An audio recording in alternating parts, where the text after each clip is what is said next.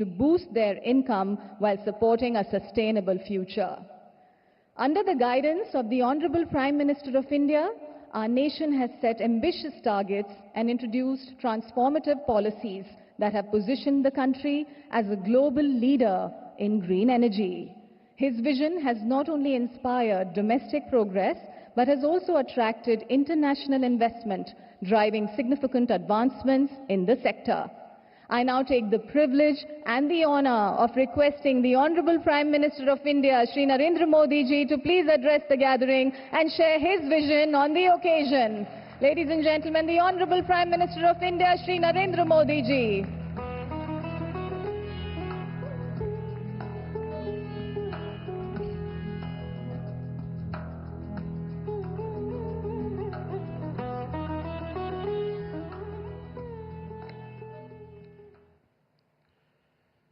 गुजरात के गवर्नर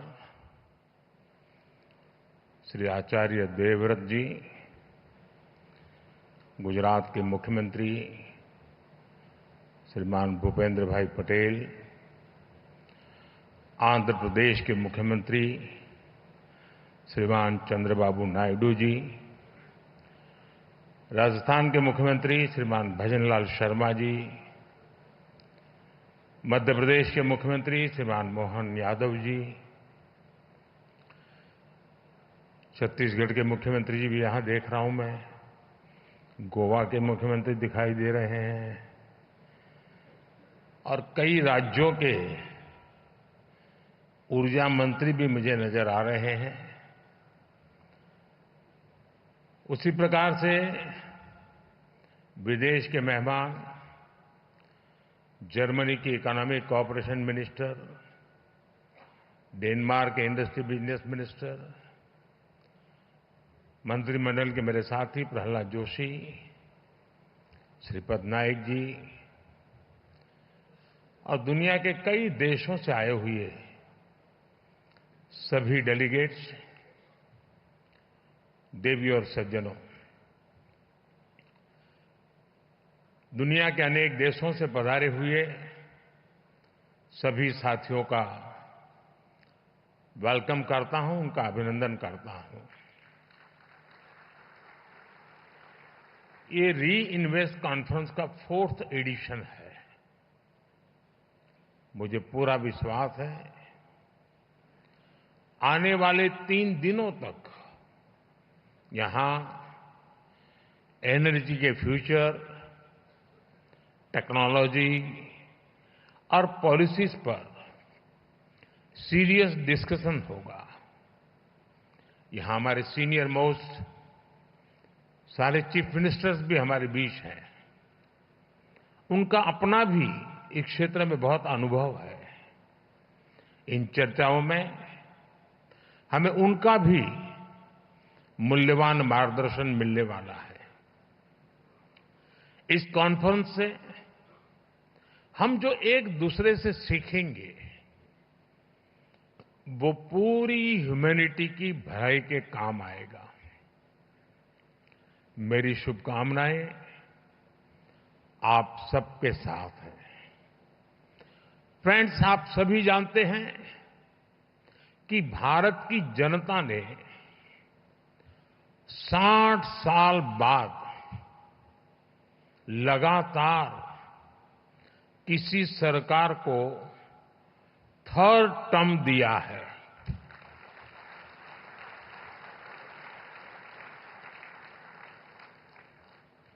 हमारी सरकार को मिले 3rd टर्म के पीछे भारत की बहुत बड़ी एस्पिरेशंस है। आज 140 करोड़ भारतवासियों को भरोसा है,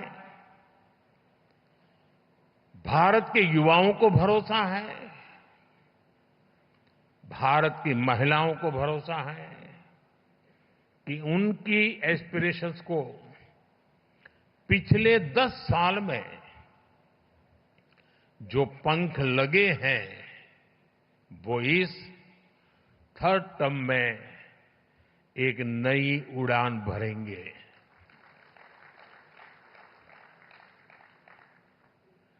देश के गरीब, दलित, पीड़ित, शोषित, वंचित को भरोसा है कि हमारा थर्ड टर्म उसके गरिमापूर्ण जीवन जीने की गारंटी बनेगा। 140 करोड़ भारतीय भारत को तेजी से टॉप 3 इकोनॉमीज में पहुंचाने का संकल्प लेकर काम कर रहे हैं। इसलिए आज का ये इवेंट आइसोलेटेड इवेंट नहीं है। एक बड़े विजन, एक बड़े मिशन का हिस्सा है। ये 2047 तक भारत को डेवलप्ड नेशन बनाने के हमारे एक्शन प्लान का हिस्सा है। और हम ये कैसे कर रहे हैं, इसका ट्रेलर थर्ड टर्म के हमारे पहले 100 डेज 100 दिनों के फैसलों में दिखता है। फ्रेंड, फर्स्ट 100 डेज में हमारी प्रायोरिटीज भी दिखती हैं, हमारी स्पीड और स्केल का भी एक रिफ्लेक्शन मिलता है। इस दौरान हमने हर उस सेक्टर और हर उस फैक्टर को एड्रेस किया है जो भारत के तेज विकास के लिए जरूरी है। इन 100 दिनों में फिजिकल और सोशल इंफ्रास्ट्रक्चर के विस्तार के लिए अनेक महत्वपूर्ण फैसले लिए गए हैं। हमारे विदेशी अतिथियों को ये जानकर हैरानी होगी कि भारत में हम 700 मिलियन यानी 7 करोड़ घर बना रहे हैं। ये दुनिया के कई देशों की आबादी से भी ज्यादा है। सरकार के पिछले 2 टर्म में हमने इसमें से 400 मिलियन यानी 4 करोड़ घर बना चुके हैं। और तीसरे टर्म में हमारी सरकार ने 300 मिलियन यानी 3 करोड़ नए घर बनाने का काम शुरू भी कर दिया है।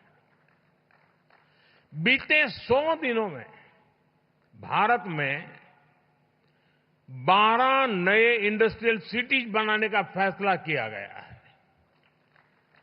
बीते 100 दिनों में 8 high speed road corridor projects approve किए गए हैं। बीते 100 दिनों में 15 से ज्यादा नई made in India semi high speed Vande Bharat train launch की गई है। हमने रिसर्च को प्रमोट करने के लिए भी 1 ट्रिलियन रुपीस का रिसर्च फंड बनाया है।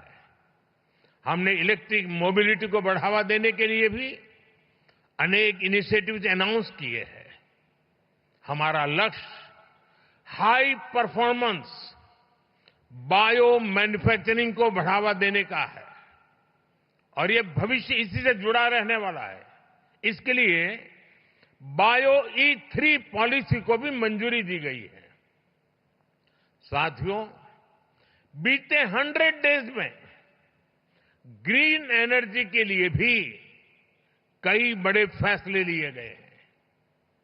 हमें ऑफशोर विंड एनर्जी प्रोजेक्ट्स के लिए वायबिलिटी गैप फंडिंग स्कीम की शुरुआत की गई है। इस पर हम 7,000 करोड़ रुपए से ज्यादा खर्च करने जाते हैं। भारत आने वाले समय में 31,000 मेगावाट हाइड्रो पावर जनरेट करने के लिए भी काम कर रहा है। इसके लिए 12,000 करोड़ रुपए से अधिक अप्रूव किए गए हैं। साथियों, भारत की डायवर्सिटी,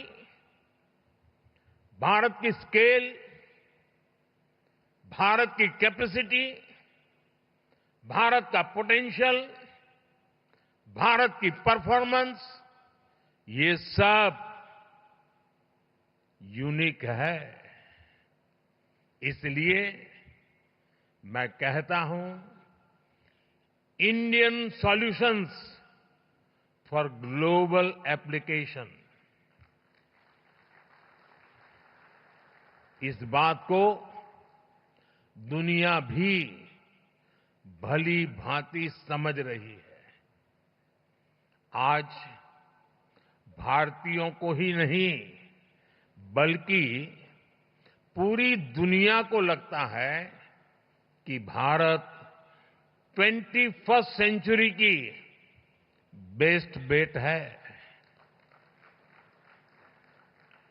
आप देखिए, इस महीने की शुरुआत में ही ग्लोबल फिनटेक फेस्ट का आयोजन हुआ। इसके बाद फर्स्ट सोलर इंटरनेशनल फेस्टिवल में दुनिया भर से लोग शामिल हुए। फिर ग्लोबल सेमीकंडक्टर समिट में दुनिया के कोने कोने से लोग भारत आए। इसी दौरान भारत ने सिविल एविएशन पर एशिया पैसिफिक मिनिस्ट्रियल कॉन्फ्रेंस के आयोजन का दायित्व निभाया। और अब आज यहां हम ग्रीन एनर्जी के फ्यूचर पर चर्चा के लिए जुटे हैं। फ्रेंड्स, मेरे लिए ये बहुत सुखद संयोग है कि गुजरात की जिस धरती पर श्वेत क्रांति, मिल्क रिवॉल्यूशन का उदय हुआ, जिस धरती पर मधु क्रांति, स्वीट रिवॉल्यूशन, शहद का काम, उसका उदय हुआ, जिस धरती पर सूर्य क्रांति, सोलर रिवॉल्यूशन का उदय हुआ, वहां ये भव्य आयोजन हो रहा है। गुजरात भारत का वो राज्य है जिसने भारत में सबसे पहले अपनी सोलर पावर पॉलिसी बनाई थी। पहले गुजरात में पॉलिसी बनी, इसके बाद हम नेशनल लेवल पर आगे बढ़े। दुनिया में, जैसा अभी भूपेंद्र भाई ने बताया, क्लाइमेट के लिए अलग से मिनिस्ट्री बनाने वालों में भी गुजरात बहुत आगे था। जिस समय भारत में सोलर पावर की बहुत चर्चा भी नहीं थी, गुजरात में सैकड़ों मेगावाट के सोलर प्लांट लग रहे थे। साथियों, आपने भी देखा होगा, ये जो वेन्यू है, इसका नाम महात्मा गांधी के नाम पर है, महात्मा मंदिर। जब दुनिया में क्लाइमेट चैलेंज का विषय उभरा भी नहीं था, तब महात्मा गांधी ने दुनिया को सचेत किया था। और महात्मा गांधी का जीवन देखेंगे तो मिनिमम कार्बन फुटप्रिंट वाला जीवन था। वो प्रकृति के प्रेम को जीते थे और उन्होंने कहा था, धरती के पास हमारी नीड को पूरा करने के लिए पर्याप्त रिसोर्सेज है, लेकिन ग्रीड को पूरा नहीं किया जा सकता। महात्मा गांधी का ये विजन भारत की महान परंपरा से निकला है। हमारे लिए ग्रीन फ्यूचर, नेट जीरो, ये कोई फैंसी वर्ड्स नहीं है। ये भारत की जरूरत है, ये भारत का कमिटमेंट है, भारत की हर राज्य सरकार का कमिटमेंट है।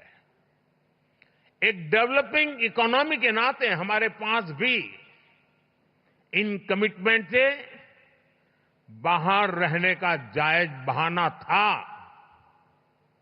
हम दुनिया को कह सकते थे कि विश्व को तबाह करने में हमारी कोई भूमिका नहीं है, लेकिन हमने ऐसा कर हाथ ऊपर नहीं किए।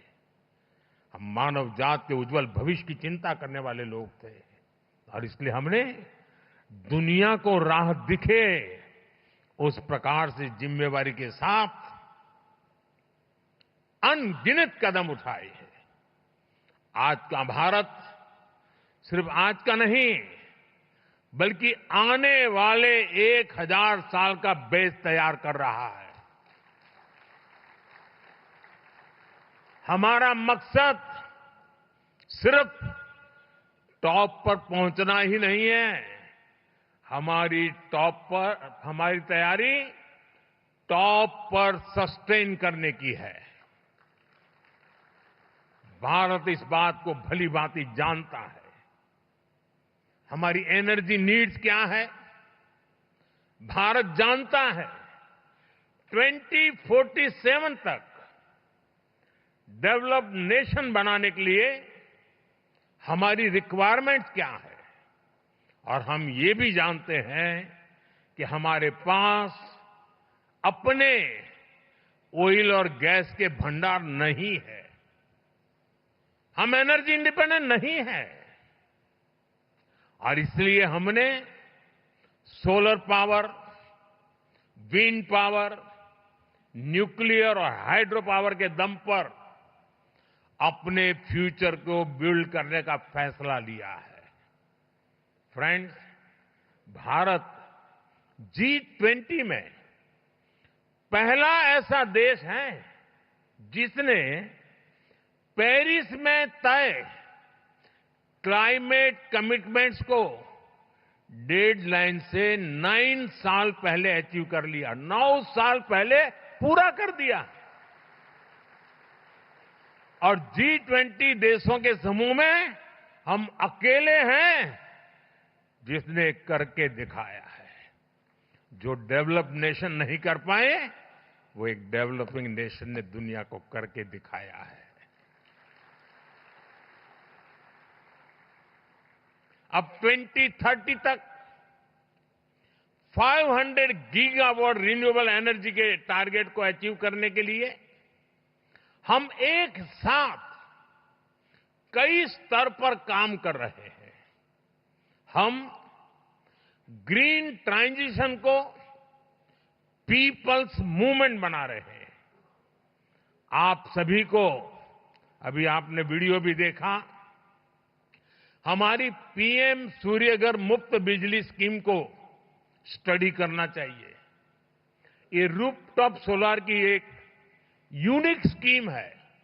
इसके तहत हम रूफटॉप सोलर सेटअप के लिए हर फैमिली को फंड कर रहे हैं, इंस्टॉलेशन में मदद कर रहे हैं। इस एक योजना से भारत का हर घर एक पावर प्रोड्यूसर बनने जा रहा है। अब तक 13 मिलियन यानी 1,30,00,000 से ज्यादा फैमिलीज इसमें रजिस्टर कर चुकी हैं। अभी तक 3.25 लाख घरों में इस योजना के तहत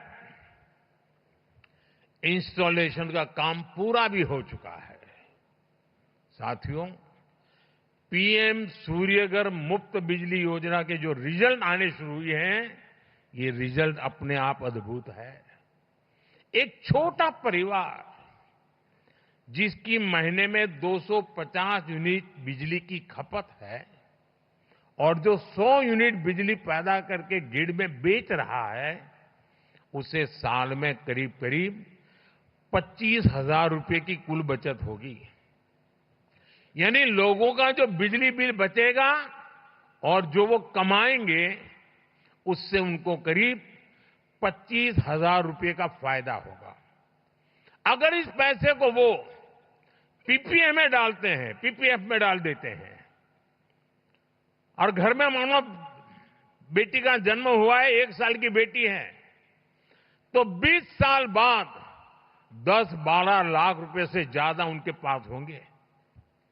आप कल्पना कर सकते हैं, बच्चों की पढ़ाई लिखाई से लेकर शादी ब्याह तक ये पैसा बहुत काम आएगा। साथियों, इस स्कीम से 2 और बड़े लाभ हैं।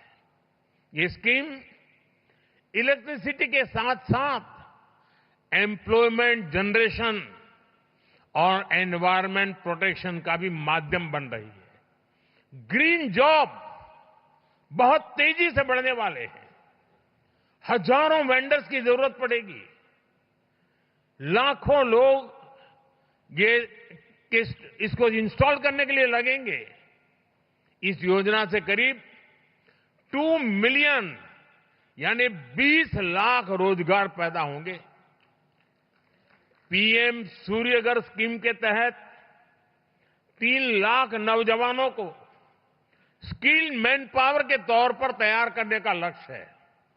इनमें से 1 लाख नौजवान तो सोलर पीवी टेक्नीशियंस भी होंगे। इसके अलावा हर 3 किलोवाट सोलर बिजली पैदा करने 50-60 टन कार्बन डाइऑक्साइड का एमिशन भी रुकेगा। यानी पीएम सूर्यघर मुफ्त बिजली योजना से जुड़ने वाला हर परिवार क्लाइमेट चेंज से मुकाबला करने में भी बड़ा योगदान देगा। साथियों, जब 21वीं सदी का इतिहास लिखा जाएगा तो उसमें भारत की सोलर क्रांति का चैप्टर, सोलर रिवॉल्यूशन का चैप्टर सुनहरे अक्षरों में लिखा जाएगा। साथियों, जो विदेश के मेहमान आए हैं, मैं उनको कहूंगा, यहां से 100 किलोमीटर की दूरी पर ही एक बहुत खास गांव है, मोढेरा। वहां सैकड़ों साल पुराना सन टेम्पल है और ये गांव भारत का पहला सोलर विलेज भी है।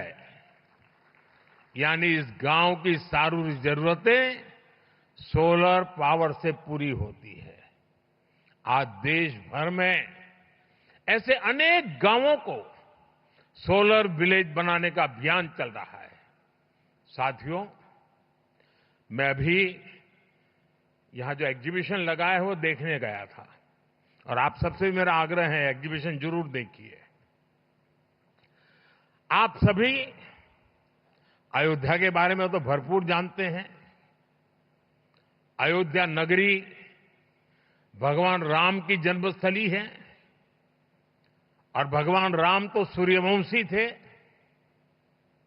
और मैं अभी जब प्रदर्शनी देख रहा था तो वहां उत्तर प्रदेश का स्टॉल देखा, क्योंकि मैं काशी का सांसद हूं, उत्तर प्रदेश वाला भी बन गया हूं, तो मैं स्वाभाविक है मैं उत्तर प्रदेश का स्टॉल देखने गया। और मेरी जो इच्छा थी, आज मुझे रिपोर्ट कर रहे थे कि वो मेरी इच्छा उन्होंने पूरी कर दी है। भगवान राम का भव्य मंदिर तो बना है, लेकिन मैं दुनिया को बताना चाहता हूं, अब उस अयोध्या जो सूर्यवंशी भगवान राम की जन्मभूमि है, वो पूरा अयोध्या मॉडल सोलर सिटी बनाने का लक्ष्य लेकर चल रहा है। करीब करीब काम पूरा होने आया है। हमारा प्रयास है कि अयोध्या का हर घर, हर कार्यालय, हर सेवा सौर शक्ति से चले, सोलर एनर्जी से चले।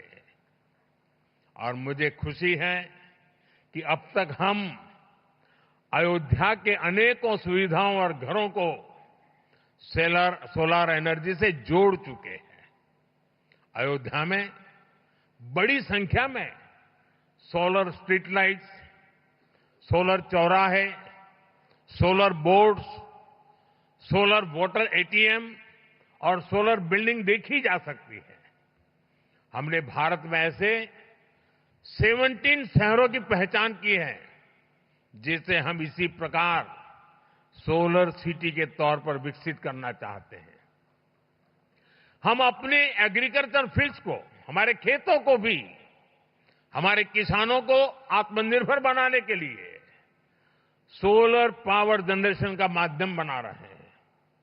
आज किसानों को इरिगेशन के लिए सोलर पंप और छोटे सोलर प्लांट लगाने के लिए मदद दी जा रही है। भारत आज रिन्यूएबल एनर्जी से जुड़े हर सेक्टर में बड़ी स्पीड और बड़े स्केल पर काम कर रहा है। बीते दशक में हमने न्यूक्लियर एनर्जी से पहले की तुलना में 35% ज्यादा बिजली पैदा की है। भारत ग्रीन हाइड्रोजन के क्षेत्र में ग्लोबल लीडर बनने का प्रयास कर रहा है।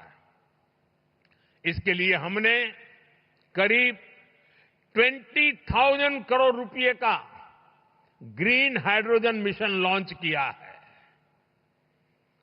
आज भारत में वेस्ट टू एनर्जी का भी एक बहुत बड़ा अभियान चल रहा है। क्रिटिकल मिनरल से जुड़े चैलेंजेस को एड्रेस करने के लिए हम सर्कुलर अप्रोच को प्रमोट कर रहे हैं।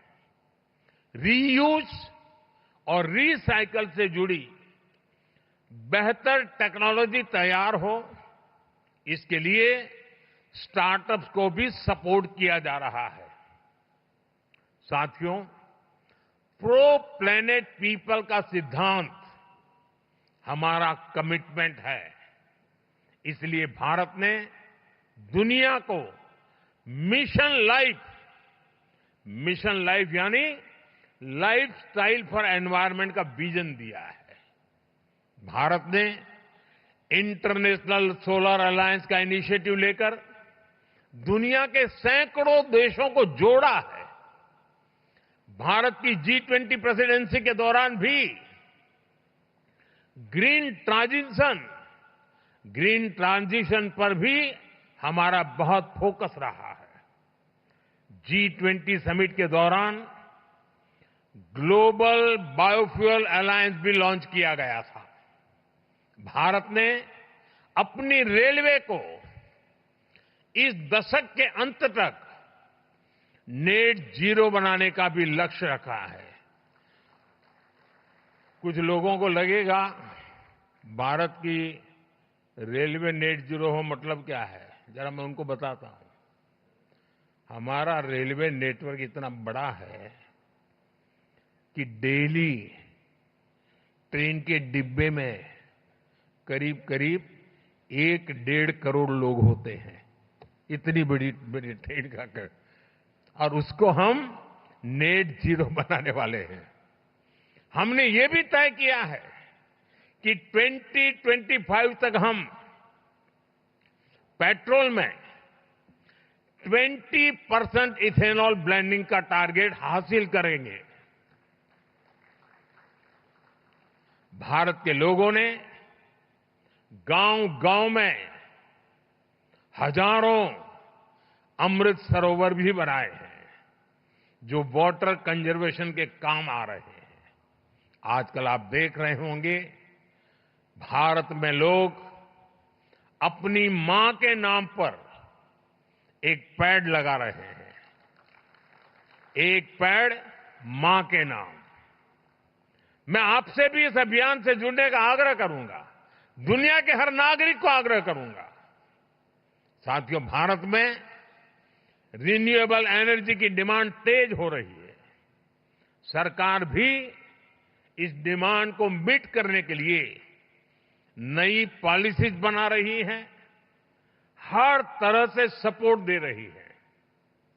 इसलिए आपके सामने अपॉर्चुनिटी सिर्फ एनर्जी जनरेशन में ही नहीं है, बल्कि मैन्युफैक्चरिंग में भी अद्भुत संभावनाएं हैं।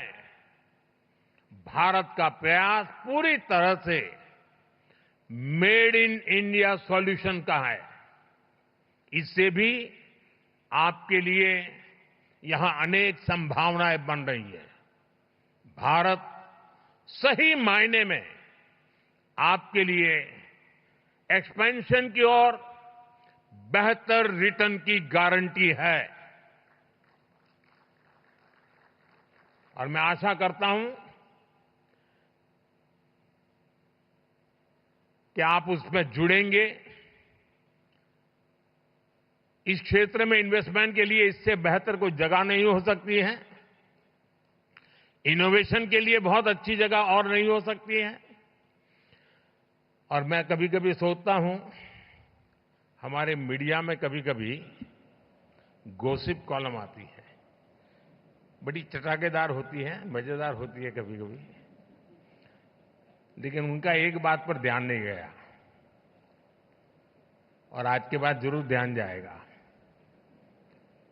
अभी जो यहां भाषण कर रहे थे ना प्रहलाद जोशी, वो हमारे रिन्यूएबल एनर्जी के मिनिस्टर है, लेकिन मेरी पिछली सरकार में वो कोयले के मंत्री थे।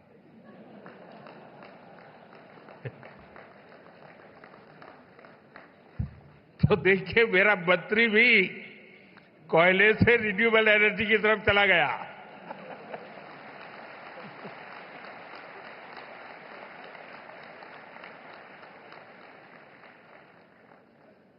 मैं एक बार फिर आप सभी को भारत की ग्रीन ट्रांजिशन में इन्वेस्ट करने के लिए आमंत्रित करता हूं और आप इतनी बड़ी तादाद में यहां आए, मैं आपका फिर से एक बार इस धरती में मैं पैदा हुआ, गुजरात ने मुझे बहुत कुछ सिखाया, तो मेरा भी मन करता है कि गुजरात के मुख्यमंत्री के साथ साथ मैं भी आप सबके स्वागत में अपनी भावनाओं को व्यक्त करते हुए, आप सबका धन्यवाद करते हुए, सभी राज्यों की भागीदारी के लिए मैं सभी राज्य सरकारों का भी आभार व्यक्त करता हूं। जिन मुख्यमंत्री यहां पधारे हैं उनका भी मैं विशेष रूप से आभार व्यक्त करता हूं और मैं पूरे विश्वास से कहता हूं कि ये हमारी समिट, इस समिट में होने वाला संवाद, ये हम सबको जोड़ेगा भी और हमें अपनी भावी पीढ़ी के उज्जवल भविष्य के लिए जोड़ेगा। मुझे याद है एक बार राष्ट्रपति ओबामा यहां पर टूर, भारत में उनका प्रवास था, बायोलेटरल विजिट के लिए आए थे, तो हमारी प्रेस कॉन्फ्रेंस थी दिल्ली में। तो किसी पत्रकार महोदय ने पूछा,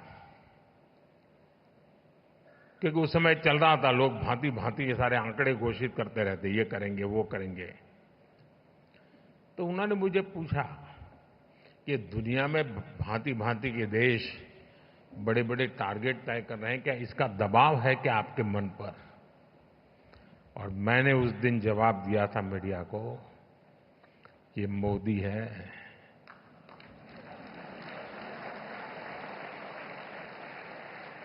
यहां किसी का दबाव नहीं चलता है। फिर मैंने कहा था, कहा मुझ पर दबाव है और वो दबाव है हमारी भावी पीढ़ी के संतानों का, उनके सब जो जन्मे भी नहीं है लेकिन उनके उज्जवल भविष्य की चिंता मुझे सताती रही है और इसलिए आने वाली पीढ़ियों के कल्याण के लिए काम मैं कर रहा हूं।